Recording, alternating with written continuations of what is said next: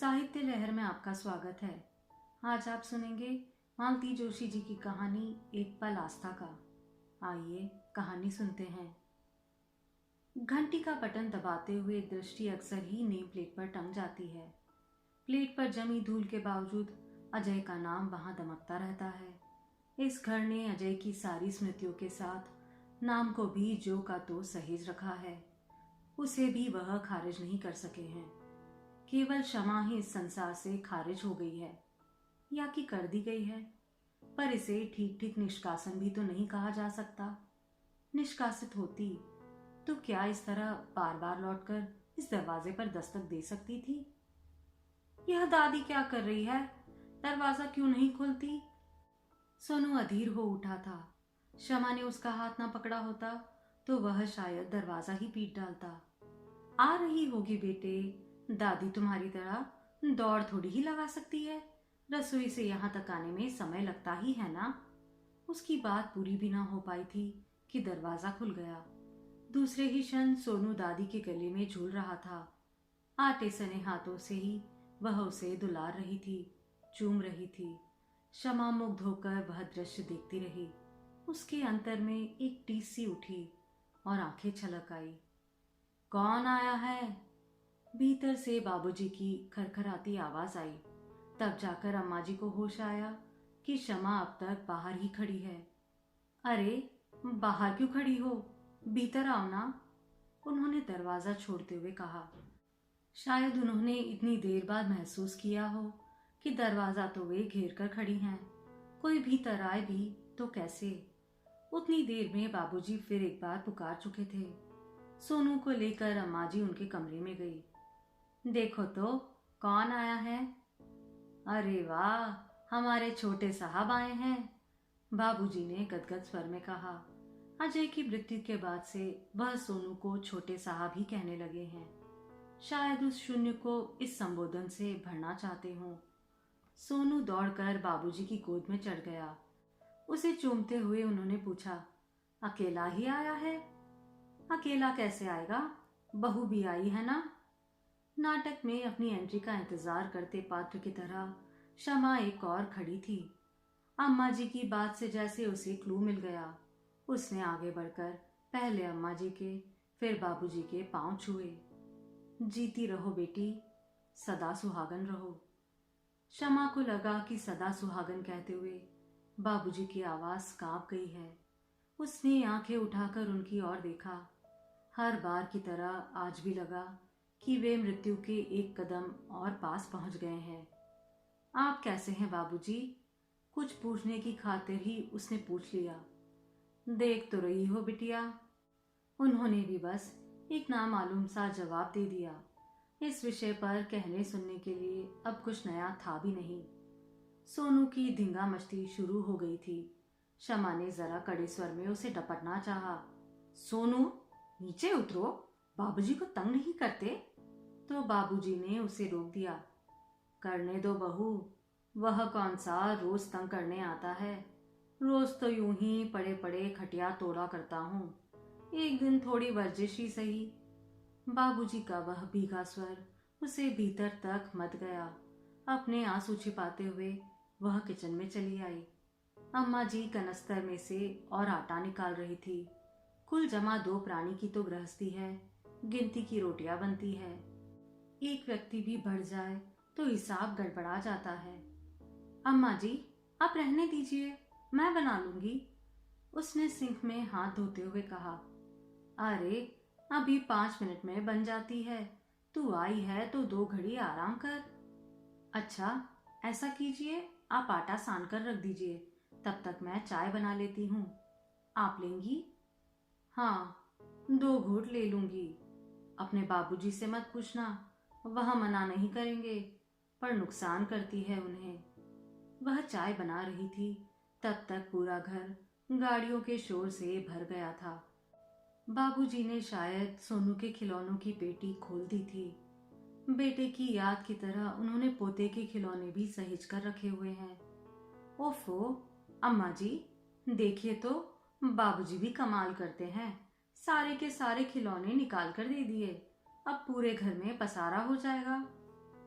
हो वो जाने दे, भगवानों के घर में ही पसारा होता है।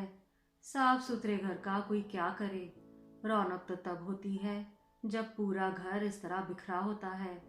तू उसकी चिंता मत कर, मैं सब समेट लूंगी। मुझे और काम भी क्या है। शमा फिर कुछ नहीं बोली। उसे मालूम है इस घर में सोनू के खिलाफ एक अक्षर भी सुना नहीं जाएगा। कई बार उसे लगता है कि अच्छा हुआ वह सोनू को अपने साथ ले गई। यहाँ तो ये लोग उसे चौपट ही कर देते। उसे साथ क्यों नहीं लाई? चाय पीते हुए अम्मा जी ने पूछा। किसे? क्या नाम है उसका? जितेंद्र?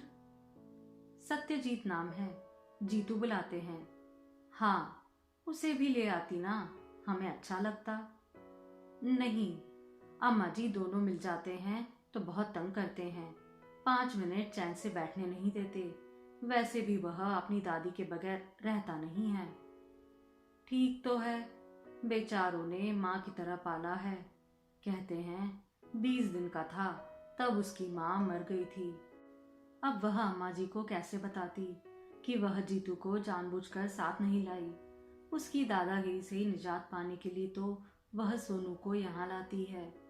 1 साल छोटा है सोनू से, पर हर वक्त उस पर हावी रहता है। इतनी सी उम्र में भी उसे एहसास है कि यह घर उसका है। इस घर की चीज पापा और दादी भी उसके हैं और वह हर वक्त उन पर अपना हक जताता रहता है। सोनू की तो वहां ले देखकर एक मम्मी है, वह भी दबी दबी सी रहती है। इसलिए सोनू भी बेचारा बुझा बुझा सा रहता है। यहाँ आकर देखे कोई कैसी धमा चौकड़ी चल रही है। तब तक अम्मा जी ने एक सब्जी का ठेला रोक लिया था। गोभी, मटर, आलू, टमाटर उसके सामने रखते हुए बोली, फटाफट एक सब्जी बना लो बिटिया। घर में सिर्फ लौकी बनी है, वह भी बिल्कुल फीकी। अब 2-2 सब्जियां नहीं बनाती ना मैं, जो उनके लिए बनाती हूँ वही खा लेती हूँ। सब्जी छौंकते हुए उसने कहा, अम्मा जी मैं गरम फुलके उतार रही हूँ, आप बाबूजी को आवाज दे दीजिए। तेरे बाबूजी घर में है कहाँ? वे तो अपने राजकुमार के साथ बाजार गए हैं, तभी ना घर में इतना सन्नाटा है। आप भी कमाल करती है अम्मा जी, ऐन खाने के वक्त पर उन्हें कहाँ भेज दिया? अरे मैं कौन होती हूँ भेजने वाली, और मेरे कहने से क्या वह जाते हैं? मुझे तो आज तक एक धनिया पत्ती भी लाकर नहीं दी, पर सोनू के आते ही जैसे उनके पाँव में पंख लग जाते हैं। करने को तो अम्मा जी शिकायत कर रही थी, पर उनके लहजे में जरा भी रोक या आक्रोश नहीं था। उन्हें तो जैसे यह सब कुछ बड़ा अच्छा लग रहा था। मुझे पता होता तो मैं कम से कम सोनू को रोक लेती। बाजार में ऐसा बवाल मचाता है कि बस उसकी फरमाइशें खत्म ही नहीं होती। बहुत तंग करता है। कर लेने दे, इसी बहाने कंजूस दादाजी के 4 पैसे तो खर्च होंगे, अम्मा जी ने मुस्कुराकर कहा। बाबूजी बाजार से लौटे तो हाफ रहे थे। सांस धोखनी की तरह चल रही थी। बाबूजी की इस तरह हाफते देखती है तो शमा को डर लगता है, कहीं यह उनकी आखिरी सांस तो नहीं। सोनू लेकिन खुशी से उछल रहा था। मम्मी देखो, दादी देखो, कह कह कर अपनी सारी खरीदारी दिखा रहा था। शमा समझ गई कि उतनी देर में बाबूजी के जेब काफी हल्की हो गई है। ऐसी भरी दोपहर में आने जाने की क्या जरूरत थी बाबूजी? ये चीजें तो शाम को भी लाई जा सकती थी। अरे ये सामान तो ऐसे ही खरीद लिया, मैं तो खास इसके लिए गया था। उन्होंने रसगुल्ले का टिन पकड़ाते हुए कहा, हमारे छोटे साहब की खास पसंद। खाना खा लो, बहू आटा लगाकर बैठी है। आता हूँ भाई, जरा सास तो सम पर आने दो, जरा इत्मीनान से बैठकर खाना खाऊंगा। गरम फुलके रोज थोड़ी नसीब होते हैं। हाँ हाँ, रोज तो मैं जैसे बासी खाना ही खिलाती हूँ। एक और खड़ी शमा उस नोक झोंक का आनंद लेती रही। उसे हंसी भी आ रही थी और करुणा भी, क्योंकि वह जानती थी कि यह लड़ाई नहीं है, मन में उमड़ती खुशी को बाहर निकालने का एक बचकाना तरीका भर है। सोनू और बाबूजी को खाना खिलाने के बाद उन दोनों ने भोजन किया। शमा जब रसोई समेट रही थी, अम्मा जी बर्तन लेकर बैठ गई। आजकल महरी नहीं आती क्या?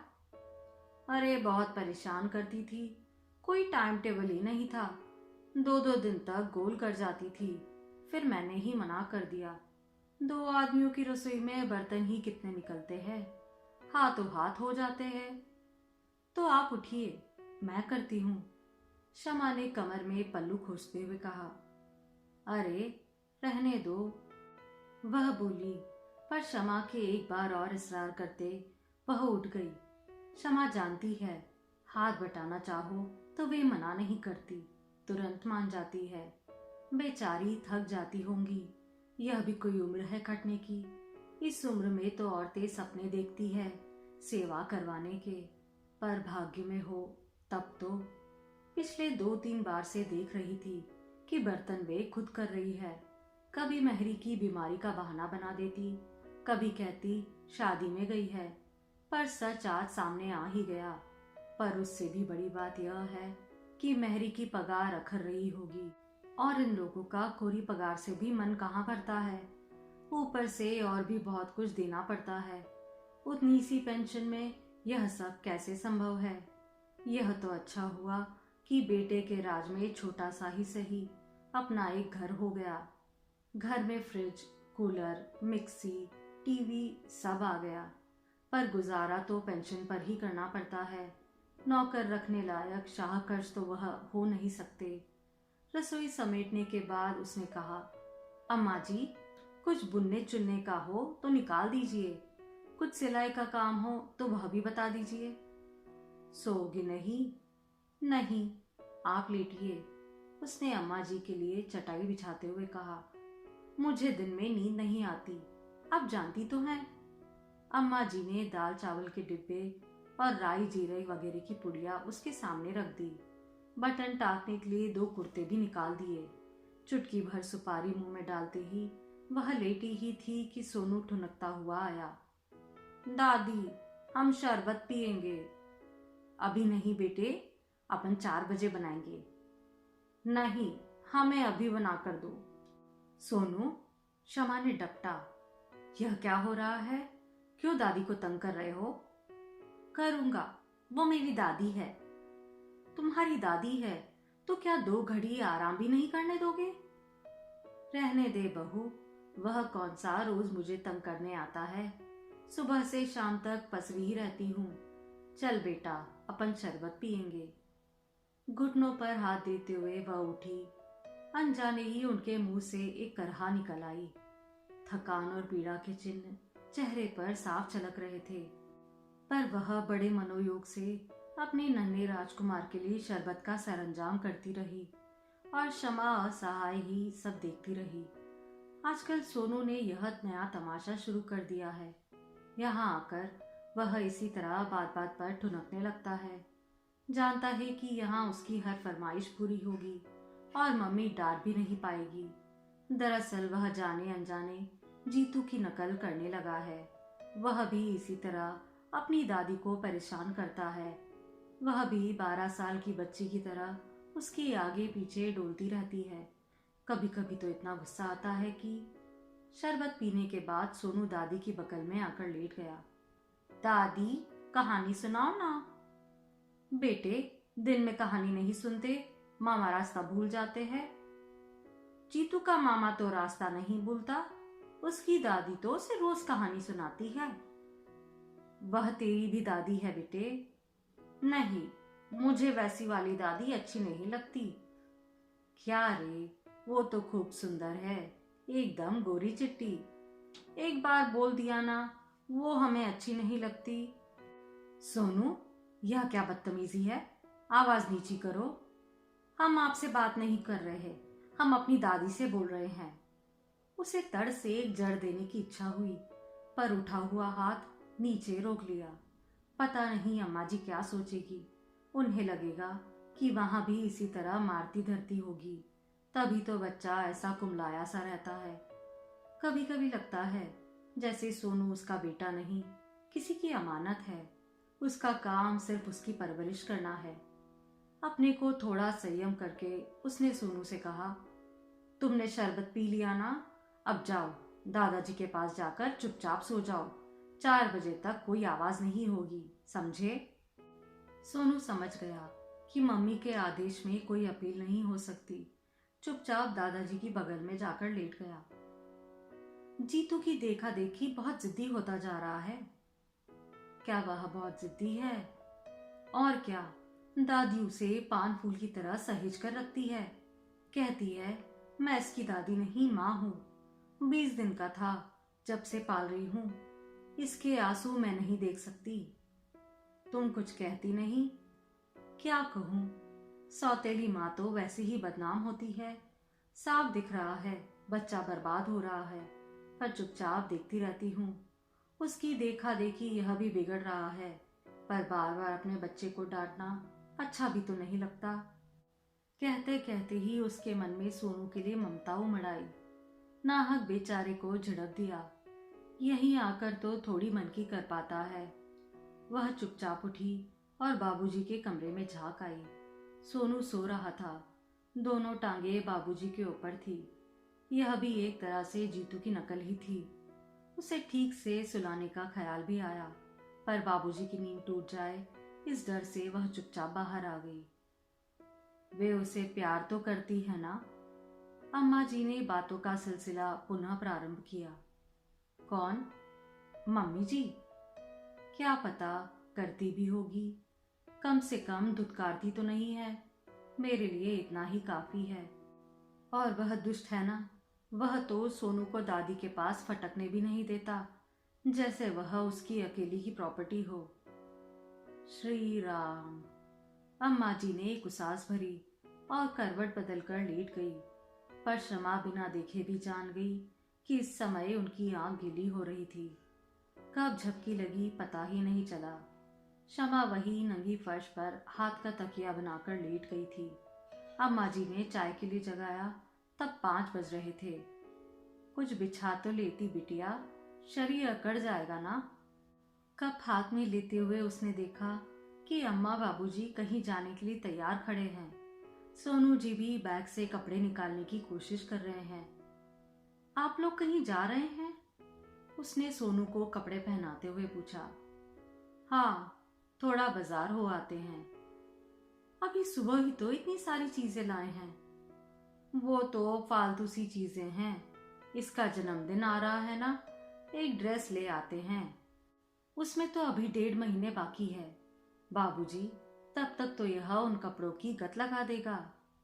कोई बात नहीं, हमारी तरफ से एडवांस गिफ्ट ही सही। बेटे, तुम 1.5 महीने की बात करती हो। मुझे तो अपने कल पर ही भरोसा नहीं रहा, इसलिए जो बात मन में उठती है कर डालता हूँ। उसे अगली घड़ी पर नहीं छोड़ता। वह चुप रह गई। बाबूजी आजकल बात बात पर मृत्यु का हवाला देने लगे हैं। जवान बेटे की मृत्यु ने उन्हें जीवन के क्षणभंगुरता का निकट से परिचय करवा दिया। जाने के लिए दोनों मानसिक रूप से तैयार बैठे हैं। पता नहीं कौन पहले जाएगा, पर पीछे जो भी रह जाएगा वह बहुत दुखी होगा। उन लोगों के चले जाने के बाद शमा को एहसास हुआ कि उससे एक बार भी चलने के लिए नहीं कहा गया। शायद वे सोनू के सानिध्य में किसी से भी हिस्सा बांटना नहीं चाहते थे, या शायद सोनू ने ही मना कर दिया हो। उसे आजकल मम्मी की टोका टाकी अच्छी नहीं लगती। अब इस खाली समय का वह क्या करे? शाम के खाने का कोई झंझट नहीं है।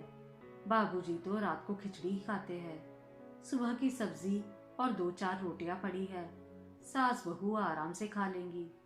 ना हुआ सोनू के लिए 2 पराठे सेक देगी। उसने रसोई पर सरसरी नजर डाली। वहां काफी कुछ करने की गुंजाइश थी। अम्मा जी से तो आजकल कुछ नहीं होता है। सारा उत्साह ही जैसे निचुड़ गया है। स्टूल पर चढ़कर उसने शेल्फ से सारे डब्बे उतार लिए। आधे से ज्यादा तो खाली ही थे। उन्हें अलग करके शीश डिब्बों को उसने धो पोंछ कर चमका दिया और तरबियत से जमा दिया। किचन टेबल पर लगी कालोच चाकू से रगड़कर साफ कर दी। सिंक में ब्रश फेरा। पानी भरने के बर्तनों को मांज कर रख दिया। रसोई के बाद उसने बाबूजी के कमरे की ओर रुख किया। उनके पलंग की चादर बदली, किताबों की अलमारी ठीक से जमाई, इधर उधर पड़े हुए अखबारों को तहा कर रखा, दवाइयों की अलमारियों का कागज बदला, खाली शीशियां और दवाइयों की पन्नियां डस्टबिन में फेंक दी। फ्रिज खोलकर देखा, डिफ्रॉस्ट करना जरूरी था।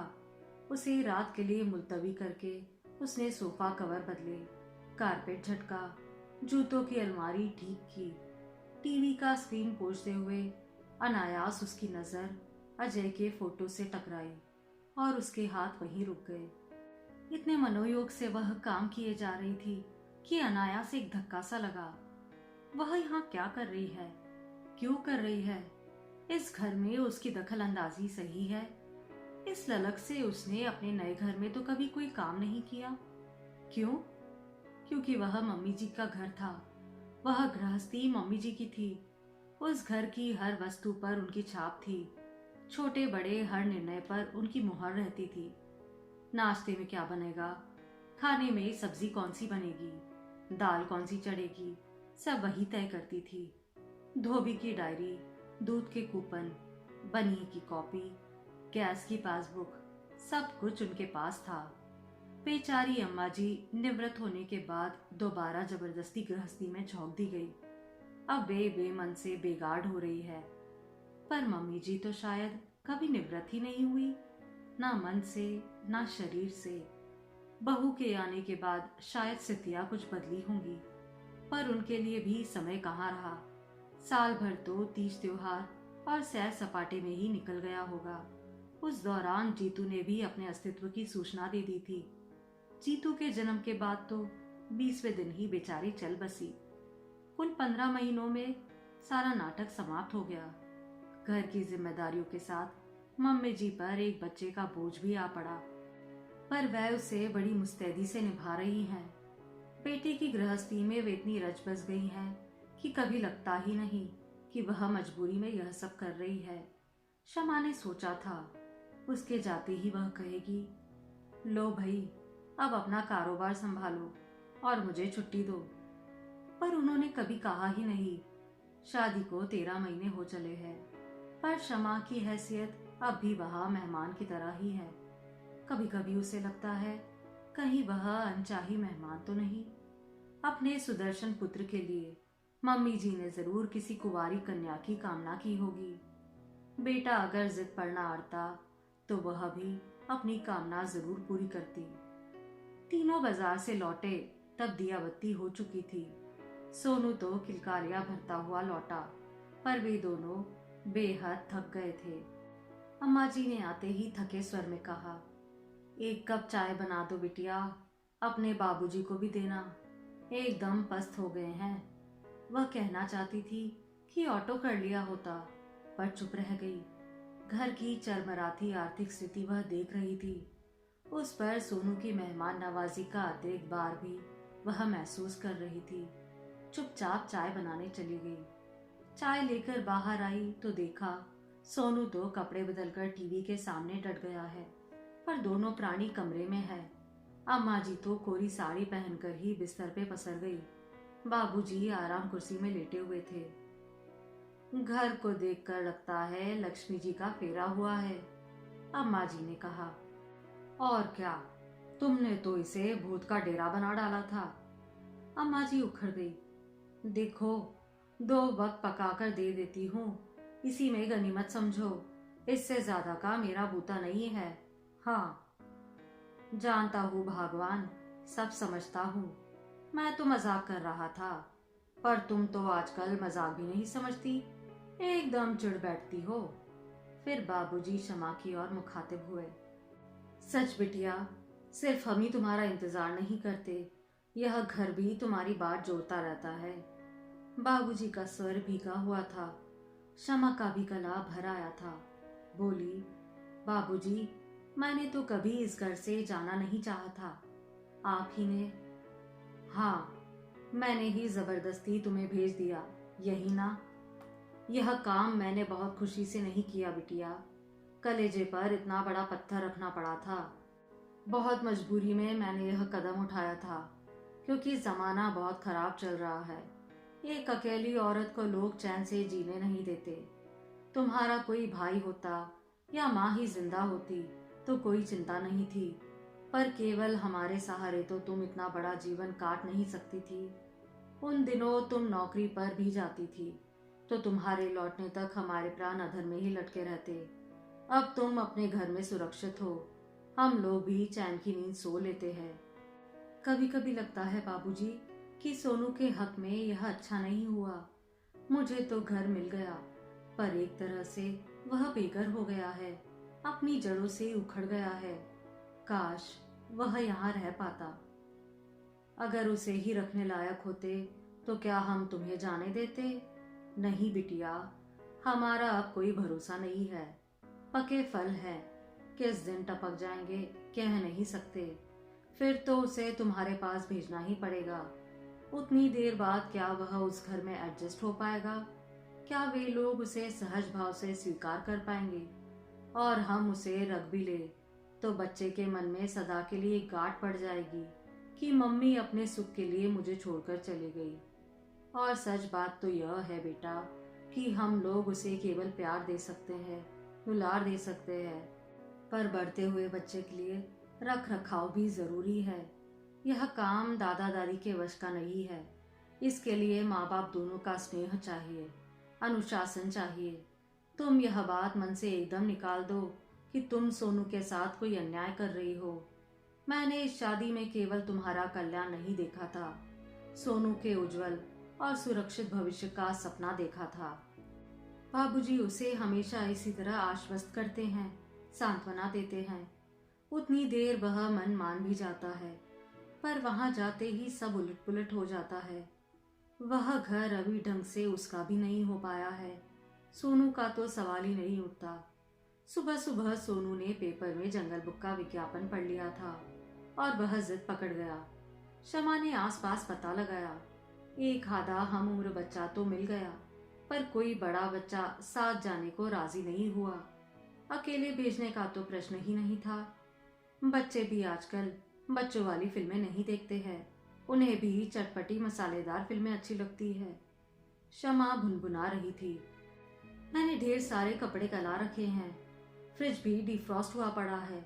नहीं तो मैं ही चली जाती, पर 10 बजे तक तो यह सब समेटना मुश्किल है। तो हम चले जाते हैं, बाबूजी ने कहा। आप? क्यों? हम क्या इतने बूढ़े हो गए हैं कि पिक्चर भी नहीं जा सकते? क्यों भगवान? शमा ने तो सोचा था कि अम्मा जी साफ मना कर देगी, पर वे तो एकदम तैयार हो गई। शमा समझ गई कि वह जैसे सोनू के साथ का एक पल भी खोना नहीं चाहती। बाबूजी भी जैसे सोनू की हर फरमाइश पूरे करने का संकल्प लिए हुए हैं। फिर उसने कोई प्रतिवाद नहीं किया और सोनू को तैयार करने लगी। चलते समय सोनू का वाटर बैग, सैंडविच और रुमाल के साथ एक 50 का नोट भी अम्मा जी के हाथ में ठूस दिया।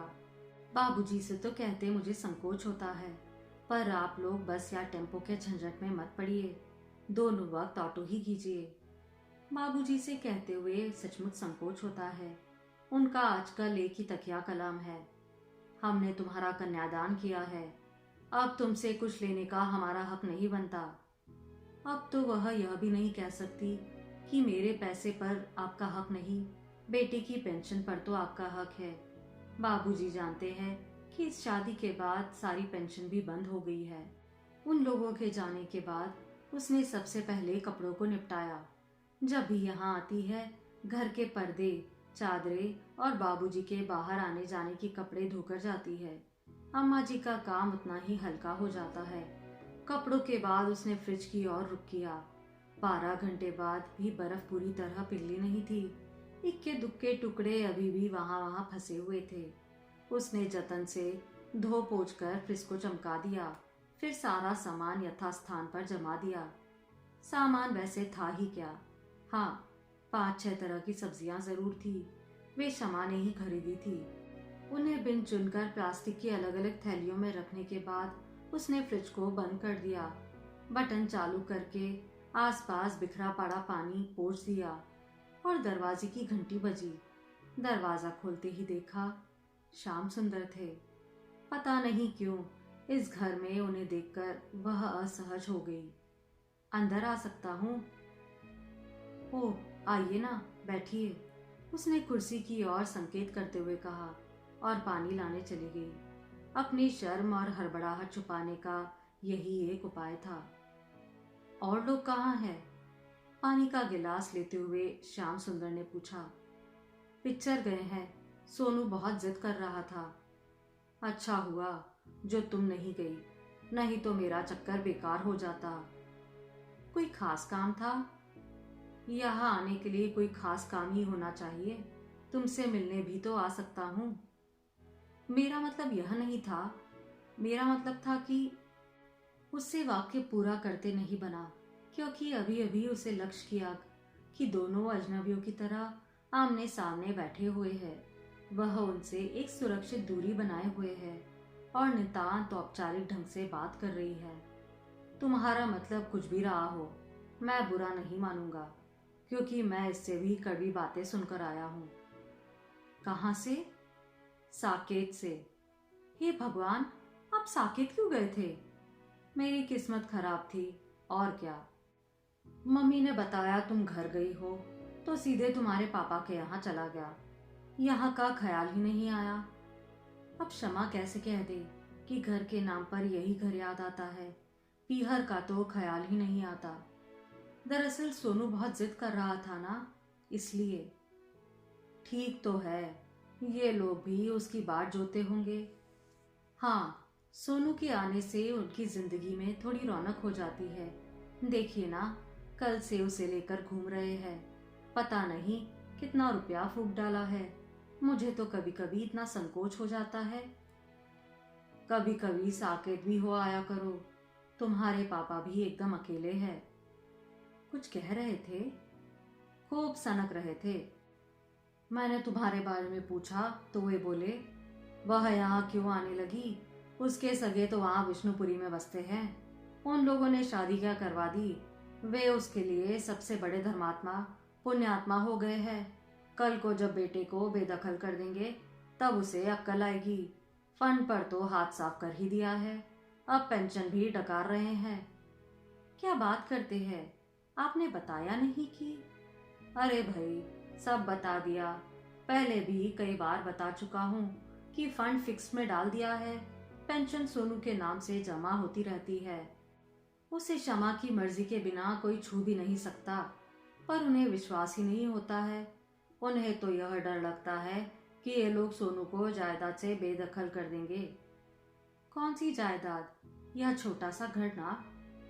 हाँ, पापा को डर है कि बाबूजी यह घर अपनी बेटी के नाम कर जाएंगे और सोनू टापता रह जाएगा। कह रहे थे, मेरी बेवकूफ बेटी ने अपने लिए तो घर ढूंढ लिया, पर अपने बेटे को बेघर कर दिया। शर्म और संकोच से गड़ गई क्षमा। उसे पापा पर इतना गुस्सा आ रहा था, यह बात क्या उसके पति से कहनी चाहिए थी? पता नहीं क्यों वह क्षमा की दूसरी शादी से बौखलाए हुए थे। शायद उन्हें बाबूजी की नीयत पर भरोसा नहीं है, या कि उन्हें उम्मीद थी कि पति के मृत्यु के बाद क्षमा उनके पास आ जाएगी और उनका बुढ़ापा आराम से कट जाएगा। पर यह शादी नहीं होती तो भी क्षमा अम्मा बाबूजी के पास ही रहती, पापा के पास कभी नहीं जाती, सोनू को लेकर तो कभी नहीं। अब भी अगर लौटना हुआ तो वह इसी घर में लौटेगी। शादी से पहले तो खैर मजबूरी थी, पर अब वह उस नरकुश शासन को झेल नहीं पाएगी। सोनू जी बिगुल बजाते हुए घर में दाखिल हुए थे, पर अतिथि को देखकर एकदम चुप हो गए। हेलो सोनू जी, यह क्या ले आए हैं आप? जरा हमें भी तो दिखाइए। सोनू चुपचाप उनके पास चला आया, उनकी गोद में बैठकर प्रश्नों के उत्तर देता रहा, पर उसके चेहरे से तनाव साफ झलक रहा था। दादा दादी कहाँ हैं? क्षमा ने पूछा। आ रहे हैं, उसने मरियल सी आवाज में जवाब दिया। क्षमा दरवाजे पर जाकर खड़ी हो गई, जैसे कि स्वागत करना बहुत जरूरी हो। वे लोग अपनी गति से सीढ़ियां चढ़ रहे थे। कौन आया है? बाबूजी ने पूछा। जीतू के पापा, क्षमा ने कहा और खुद ही झेप गई। पता नहीं क्यों श्याम सुंदर के लिए यही संबोधन याद आता है। क्या वे कभी सोनू के पापा हो सकेंगे? श्याम सुंदर ने आगे बढ़कर दोनों के पैर छुए। गदगद होकर आशीर्वाद देते हुए अम्मा जी ने कहा, मुन्ने को भी ले आते बेटा। जी, वह मम्मी के बिना रहता नहीं है। एक दिन बहन जी को भी लेकर आना। समदिन है हमारी, क्या ऐसे ही आ जाएगी? आप भी कैसी बातें करते हैं। अगली बार जरूर लेकर आऊंगा, निमंत्रण की जरूरत नहीं है। शमा चाय बनाने के बहाने भीतर चली गई। उसे अपने ऊपर बेहद गुस्सा आ रहा था। जो बात अम्मा बाबूजी इतनी सहजता से कह गए, वह उसके मन में क्यों नहीं उठी। इतनी देर बैठी रही, पर एक बार भी उसने जीतू के बारे में नहीं पूछा। खुद तो चाहती है कि सामने वाला उसके बच्चे को बाप का प्यार दे, पर वह खुद भी तो क्या कभी जीतू को माँ की नजरों से देख पाई है। मम्मी जी के प्यार का मजबूत घेरा उसके चारों ओर है, तो क्या हुआ, उसने भी तो कभी उस घेरे को तोड़ने की कोशिश नहीं की। श्याम सुंदर तो जब तक सोनू को दुलार भी देते हैं, पर वह तो हमेशा निर्लिप्त सी बनी रहती है। वह चाय लेकर बाहर आई तो बाबूजी ने कहा, बेटे अपना सामान समेट लो, श्याम जी तुम्हें लेने आए हैं। उसने श्याम जी की ओर देखा। वे सोनू से बतियाने में व्यस्त थे। बहन जी आज सुबह बनारस गई है, उनके भाई बहुत बीमार है। और जीतू? वह घर पर अकेला है, इसलिए तो तुम्हें लेने आए हैं। वैसे बेटे उसे भी यहाँ ले आते, सुबह सब लोग साथ निकल जाते। सुबह आने से नहीं चलता बाबूजी, सोनू का स्कूल तो 11 बजे का है, पर जीतू की बस तो सुबह 7:30 बजे ही आ जाती है। अभी उसे कहाँ छोड़ आए हैं? शमा खुश थी कि कम से कम उसे यह पूछने का होश तो रहा। अभी तो पड़ोस में संध्या के पास छोड़कर आया हूँ, सीधे यहाँ आता तो शायद ले भी आता। ठीक ही तो किया जो छोड़ आए, पापा के यहाँ उसे ले जाते तो पता नहीं और भी क्या क्या सुनना पड़ता। वह तैयार होने भीतर चली गई। सोनू पीछे पीछे आया। उसका मुंह इतना निकला हुआ था। मम्मी क्या हम वापस जा रहे हैं? हाँ बेटा। पर क्यों? आपने तो कहा था मंडे तक रहेंगे। कहा था, पर वहां जीतू अकेला है ना, इसलिए जा रहे हैं। क्यों, उसकी बड़ी मम्मी कहाँ गई? बेटे वह आपकी भी बड़ी मम्मी है। ठीक है, पर वे गई कहाँ? बनारस गई है। बड़े मामा जी वहां बीमार है ना, अब जीतू घर पर एकदम अकेला है, तो उसके पापा जी ने कहा कि सोनू भैया को ले आएंगे, इसलिए पापा आपको लेने आए हैं। सोनू बहुत खुश तो नहीं था, पर उसके चेहरे का तनाव जरूर कम हो गया था। हमारी किसी को जरूरत है, यह बात बच्चों के अहम को भी तृप्त करती है। जैसे दादाजी मैं अपना नया वाला हेलीकॉप्टर ले जाऊं? बिल्कुल ले जाओ, तुम्हारे लिए ही तो लिया है। और पुरानी वाली ट्रेन? वह भी ले जाओ, और नई वाली ड्रेस भी, जन्मदिन पर पहनना। सोनू के जन्मदिन पर आपको भी आना है बाबूजी, श्याम सुंदर ने कहा तो शमा को अच्छा लगा। सोनू का पिछला जन्मदिन तो शादी के तुरंत बाद ही पड़ा था। वह जानबूझकर चुप रह गई। सोनू को भी अपना जन्मदिन जीतू के बर्थडे पार्टी की तरह याद आया था। तब श्याम सुंदर जी ने शमा को बहुत डांटा था। इस बार तो सोनू का जन्मदिन भी उतनी ही धूमधाम से मनेगा, वह जानती है। नीचे उतरने तक उसने बड़ी मुश्किल से सब्र किया। सड़क पर आते ही बोली, चलने के लिए आप मुझसे भी तो कह सकते थे, बाबूजी से कहलवाने की क्या जरूरत थी? दरअसल मैं थ्रू प्रॉपर चैनल जाना चाहता था, इससे बड़े लोग जरा खुश हो जाते हैं। अरे बहुत खुश है वो, दोनों ने आपको एक रेट दे रखा है। वैसे उनसे थोड़ा सा झूठ बोला है मैंने। मामा जी कल रात को ही कूच कर गए हैं, पर बुजुर्गों को एकदम किसी की मौत की खबर नहीं सुनानी चाहिए, शौक लगता है। इसलिए तो मैंने जीतू को भी मम्मी के साथ नहीं भेजा। बच्चे भी उस माहौल से खौफ खा जाते हैं। पिछली बार नानी के समय गया था तो बहुत अपसेट हो गया था। हफ्तों तक गुमसुम बना रहा, उटपटांग सवाल पूछता रहा। मम्मी उसे छोड़कर जाने को तैयार नहीं थी, पर मैं भी अड़ गया। मैंने कहा, आपकी मर्जी है, जाना चाहो तो जाओ या ना जाओ, पर मैं बच्चे को उस माहौल में नहीं भेजूंगा। जीतू के जाने का तो खैर सवाल ही पैदा नहीं होता, पर आपको तो जाना चाहिए था। सुबह ही जाकर मुझे ले आते तो अच्छा था।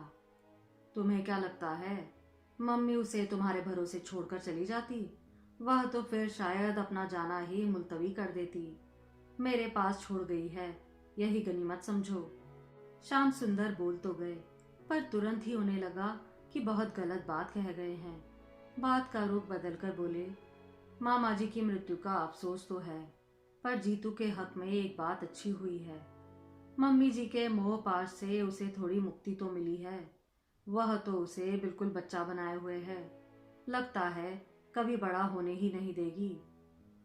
कोई माँ नहीं चाहती कि उसका बच्चा बड़ा हो। क्यों?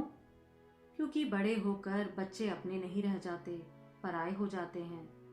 Very strange and very selfish also. यह तो बहुत ही स्वार्थ भरा दृष्टिकोण है। सो तो है। अब थोड़ी बच्चों की स्वार्थ की बात हो जाए। घर पास आ गया है ना, 2 आइसक्रीम के कप खरीद लेते हैं। पहली बार ऐसा हुआ कि वह बड़े आवेग के साथ घर की सीढ़ियां चढ़ रही थी। बड़ी आतुरता से उसने दरवाजे का ताला खोला। सोनू, जाओ तो बेटा, संध्या दीदी के यहाँ से जीतू को ले आओ। कहना मम्मी तुम्हारे लिए एक चीज लाई है। सोनू दौड़ता हुआ पड़ोस में गया। उसके चेहरे का तनाव अब एकदम गायब था, पर जीतू को देखकर लगा वह तनाव अब उसके चेहरे पर छा गया है। बेचारा लड़का। अपनी माँ को तो उसने कभी देखा ही नहीं था, पर जिसने माँ की तरह पाला पोसा था, उससे पहली बार बिछड़ने की पीड़ा उसके चेहरे पर साफ अंकित थी। देखो, हमारी मम्मी तुम्हारे लिए क्या लाई है। सोनू ने आइसक्रीम का कप उसके सामने करते हुए कहा। सोनू, शमा ने घुड़क दिया। यह हमारा तुम्हारा क्या होता है? मम्मी दोनों की होती है, समझे? सोनू थोड़ा सा सहम गया, पर जीतू ने कोई प्रतिक्रिया व्यक्त नहीं की। पापा की बगल में खड़ा हुआ वह चुपचाप अपना कप खाली करता रहा। शमा ने कहा, अब दोनों बच्चे बड़ी मम्मी के कमरे में खेलेंगे, शोर नहीं करेंगे, लड़ेंगे भी नहीं। तब तक मम्मी खाना बनाती है, खाना खाकर थोड़ा आराम करेंगे, फिर शाम को मम्मी पापा के साथ पार्क में घूमने जाएंगे, ठीक है? पार्क में फिर से आइसक्रीम मिलेगी? सोनू ने पूछ ही लिया। बिल्कुल मिलेगी, लेकिन उसके लिए पहले राजा बेटा बनना होगा। Now get set and go. Sonu दौड़ता हुआ बड़ी मम्मी के कमरे में चला गया। जीतू भी पैर घसीटता हुआ उसके पीछे जाने लगा। आप जरा ध्यान रखिएगा, इन लोगों का कोई भरोसा नहीं है, एकदम हाथापाई पर उतर आते हैं। उसने श्याम सुंदर को हिदायत दी और किचन में वह पहली बार अपनी मर्जी से खाना बना रही थी।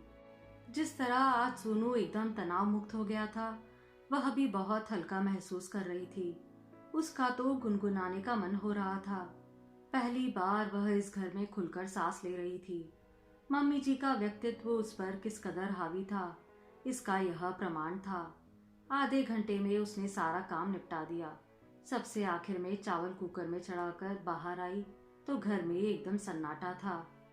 केवल बीच बीच में सोनू के खिलखिलाने की आवाज आ रही थी। सुनो, यह जीतू कहाँ गया? कमरे में ही होगा। क्यों? श्याम सुंदर ने पेपर से नजर हटाए बिना जवाब दिया। कमरे में तो नहीं हो सकता, इतनी देर में तो 1 दर्जन शिकायतें आ जाती। उसने वॉश बेसिन पर हाथ मुंह धोते हुए कहा। श्याम सुंदर उठकर कमरे में गए तो बोले, इधर आकर तो देखो जरा। शमा ने जाकर देखा। सोनू बेड पर मजे से जीतू की पटरियों वाली ट्रेन चला रहा है और जीतू सोनू का नया हेलीकॉप्टर गोद में लिए चुपचाप उसे देख रहा है। शमा, तुमने माफ किया। मम्मी को गए अभी 24 घंटे भी नहीं हुए और यह लड़का कितना शरीफ बन गया है। शमा ने तड़प कर पति की ओर देखा। कैसा बाप है ये, बेटे का दर्द नहीं समझता। जिसे यह शराफत समझ रहे हैं, वह डर है, मन में छिपी असुरक्षा की भावना है। सोनू जानता है कि आज घर में मम्मी की सत्ता है और इसलिए इतना दिलेर बना हुआ है। उसी तरह जीतू भी जान गया है कि आज घर में उसका सरपरस्त कोई नहीं है। बेचारा बच्चा मम्मी जी के आंचल की छांव जरा सी हटते ही तपती रेत पर खड़ा हो गया है। शमा का मन ममता से भर आया। उसने जीतू को गोद में ले लिया और दुलाते हुए बोली, मेरा राजा बेटा, भूखा है ना? देखो तो चेहरा कैसा निकल आया है। मम्मी अभी 5 मिनट में बेटे के लिए खाना लगाएगी। हाँ, फिर कुछ कड़े स्वर में सोनू से कहा, सोनू, तुम ये सारी चीजें जगह पर रखने के बाद ही कमरे से बाहर आओगे, समझे? और आते समय पंखा बंद करना मत भूलना। दोनों बच्चों ने आंखों में अविश्वास भरकर शमा की ओर देखा। सोनू का चेहरा तमतमा गया था, पर जीतू की आंखों में आश्वस्ति की एक चमक कौंध गई। उसने शमा की गोद में मुंह छिपाकर कांपते स्वर में पूछा, बड़ी मम्मी कब आएगी? आप सुन रहे थे मालती जोशी जी की कहानी एक पल आस्था का।